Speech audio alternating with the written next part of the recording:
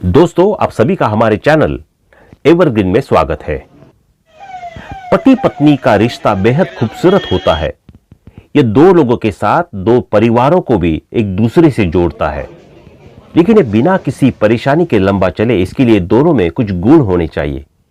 शादी का मतलब है कि दो लोग एक दूसरे से प्यार करते हैं और जिंदगी भर साथ रहने का फैसला करते हैं। वे एक दूसरे को वादा करते हैं कि खुशी हो या गम, हमेशा एक दूसरे का साथ निभाएंगे। आपको बताते कि जब दो लोग शादी करते हैं तो सिर्फ वे ही नहीं बल्कि उनके परिवार वाले भी एक दूसरे से जुड़ जाते हैं। वे एक दूसरे के घर आते जाते हैं, एक दूसरे के साथ त्योहार मनाते हैं और एक दूसरे के सुख दुख में शामिल होते हैं। एक ऐसी ही पति पत्नी के रिश्ते को तार तार कर दिया इस घटना ने। तो दोस्तों, बने रहिए वीडियो के अंत तक। अगर आप इस चैनल पर नए हैं तो सब्सक्राइब करना ना भूलें। मेरठ में हुए सौरभ हत्याकांड को लेकर देश भर में सनसनी है। हर कोई इस मामले को सुनकर गुस्से में है। एक के बाद एक कई बड़े खुलासे हो रहे हैं जो काफी चौंकाने वाले हैं। उत्तर प्रदेश के मेरठ में हुए सौरभ कुमार हत्याकांड में एक के बाद एक चौंकाने वाले खुलासे हो रहे हैं। कई साल पुरानी प्रेम कहानी का खौफनाक अंत खुद ही मौत से होगा। मर्चेंट नेवी के पूर्व कर्मचारी सौरभ को शायद इस बात का इल्म नहीं था। मुस्कान और साहिल ने जिस तरह से सौरभ की हत्या की है, उससे पुलिस तक सन्न है। इस मामले में तंत्र मंत्र, हिमाचल केक और पैसों से लेकर तमाम अन्य चीजों से कनेक्शन निकला है। मेरठ में 3 मार्च को लंदन से लौटे पति की उसकी पत्नी ने हत्या कर दी। पत्नी ने प्रेमी के साथ मिलकर इस हत्याकांड को अंजाम दिया और उसकी बॉडी के 4 टुकड़े कर ड्रम में भर दिए और फिर ड्रम को सीमेंट से सील कर दिया। पति का नाम सौरभ राजपूत, पत्नी मुस्कान और उसके प्रेमी का नाम साहिल है। मुस्कान और साहिल अब पुलिस कस्टडी में हैं। सौरभ के मां, बहन और भाई से बातचीत की तो मर्डर के पीछे एक लव स्टोरी सामने आई। पता चला कि सौरभ जब 13 साल का था तब उसकी मुलाकात मुस्कान से हुई। दोस्ती हुई जो प्यार में बदली और फिर बगावत। सौरभ का परिवार शादी के लिए राजी नहीं था। सौरभ और मुस्कान 3 बार घर से भाग चुके थे। आखिरकार दोनों ने शादी कर ली। घर से बगावत कर शादी करने वाले सौरभ और मुस्कान के बीच ऐसा क्या हुआ जो नौबत मर्डर तक आ गई। बातचीत में पता चला कि 2011 में, यानी जब सौरभ 13 साल का था, तब वो पहली बार मुस्कान से मिला। मुस्कान के नाना एस्ट्रोलॉजर थे और सौरभ की मां रेणु ज्योतिष में भरोसा करती थी। रेणु मुस्कान के नाना के घर कुंडली दिखाने जाती थी। उनका घर 3 किलोमीटर दूर था। सौरभ की मां के साथ जाता था और इसी दौरान मुस्कान से उसकी मुलाकात और दोस्ती हुई। 5 साल तक दोनों के बीच बातचीत चली और सौरभ ने घर में मुस्कान से शादी की इच्छा जाहिर की। परिवार ने इस शादी से मना कर दिया। उस वक्त सौरभ और मुस्कान दोनों नाबालिग थे। सौरभ ने 12वीं के बाद मर्चेंट नेवी का कोर्स किया और जॉब के लिए अप्लाई करने लगा। मुस्कान से मुलाकात का सिलसिला जारी था। इसी दौरान सौरभ को लंदन बेस्ड एक कंपनी में शिप में जॉब मिल गई। मां रेणु कहती है, जब सौरभ की नौकरी लग गई तब हमें लगा कि अब सब कुछ ठीक हो जाएगा। 2016 में सौरभ घर आया हुआ था और अचानक वो कहीं चला गया। हमने मालूम किया तो पता चला कि वो मुस्कान भी अपने घर में नहीं है। हमने सभी जानने वालों के यहां सौरभ को तलाश किया, लेकिन कुछ पता नहीं चला। तब मेरठ पुलिस दोनों को खोज कर लाई थी। हमने सौरभ को बहुत समझाया कि मुस्कान को भूल जाओ, वो तुम्हारे लायक नहीं है, लेकिन वो नहीं माना और 3 महीने बाद अचानक फिर से दोनों घर छोड़कर चले गए। इस बार 3 दिन बाद दोनों वापस आ गए। सौरभ मुस्कान को छोड़ना नहीं चाहता था। इसके बाद एक दिन सुबह 5 बजे दोनों फिर घर छोड़कर चले गए। इस बार दोनों शादी करके वापस लौटे। मां बताती है, जब सौरभ ने शादी कर ली तो हमने भी मुस्कान को स्वीकार कर लिया। 6 महीने तक मुस्कान हमारे घर में रही, लेकिन छोटी छोटी बात पर वो घर वालों से विवाद करने लगी। हमारे घर में बहुत अशांति रहने लगी। उसका व्यवहार परिवार वालों से कुछ खास अच्छा नहीं था। जब सौरभ लौटकर आया तो हमने उसे पूरी बात बता दी। इसके बाद सौरभ हमको छोड़कर चला गया। 3 किलोमीटर दूर किराए के मकान में रहने लगा। इससे सौरभ के पिता बहुत नाराज हुए। उन्होंने सौरभ को डांटा और परिवार से बेदखल कर दिया। बातचीत भी बंद कर दी। घर से जाने के बाद भी सौरभ मुझसे बात करता रहता था। वो चाहे लंदन रहे या मेरठ में, उसके फोन और वीडियो कॉल जरूर आते थे। कभी कभी सौरभ अपनी बहन सिमरन को भी फोन करता था।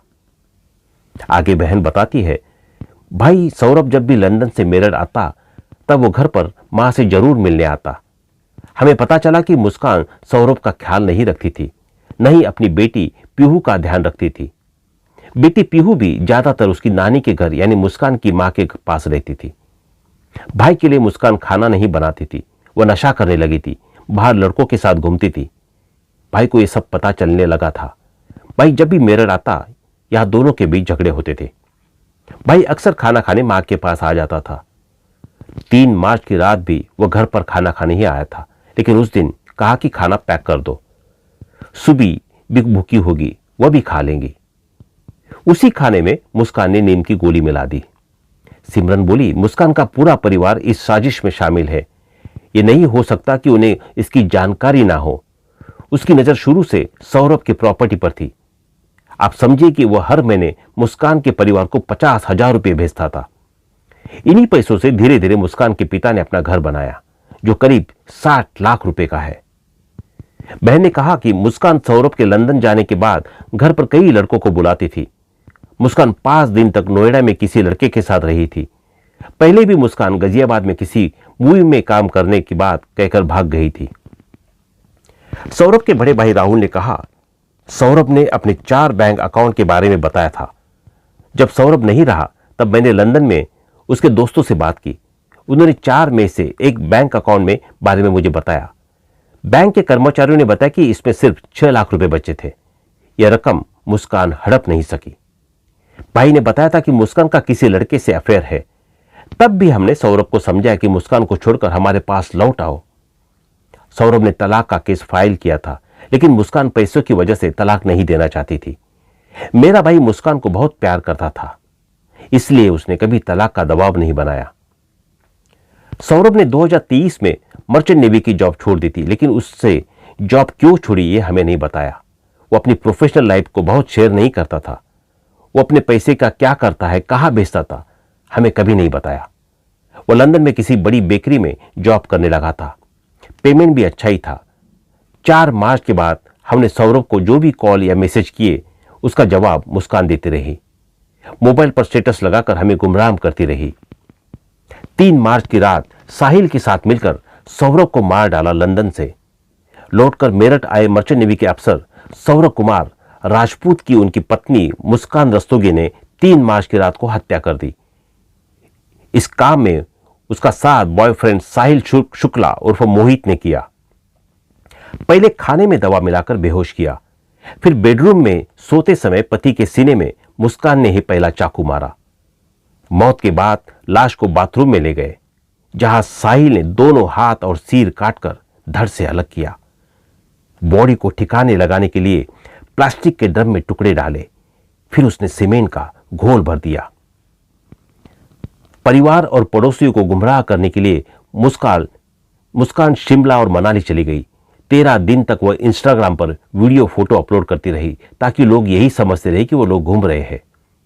इस कत्ल से पर्दा तब हटा जब 18 मार्च को सौरभ का छोटा भाई राहुल अपने भाई के ब्रह्मपुरी के इंदिरा सेकंड स्ट्रीट पर घर पर पहुंचा। यहां उसने मुस्कान को एक लड़के के साथ घूमते देखा। भाई कहाँ है पूछने पर सही जवाब मुस्कान नहीं दे सकी। घर के अंदर से बदबू भी आ रही थी। राहुल ने शोर मचाया, तब पड़ोसी भी इकट्ठा हो गए। पुलिस आई तो मर्डर का पता चला।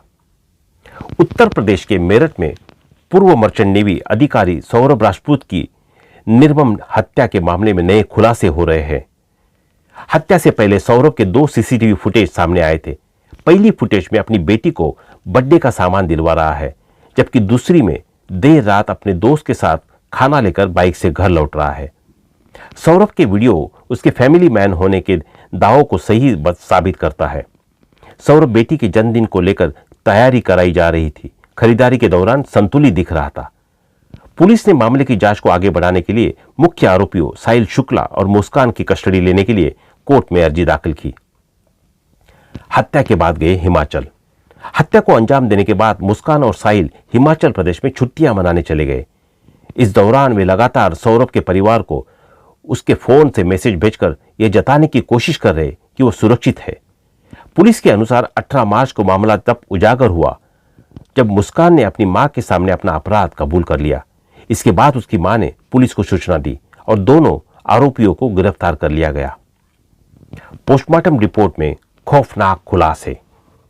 पोस्टमार्टम रिपोर्ट में सौरभ की हत्या की क्रूरता सामने आई।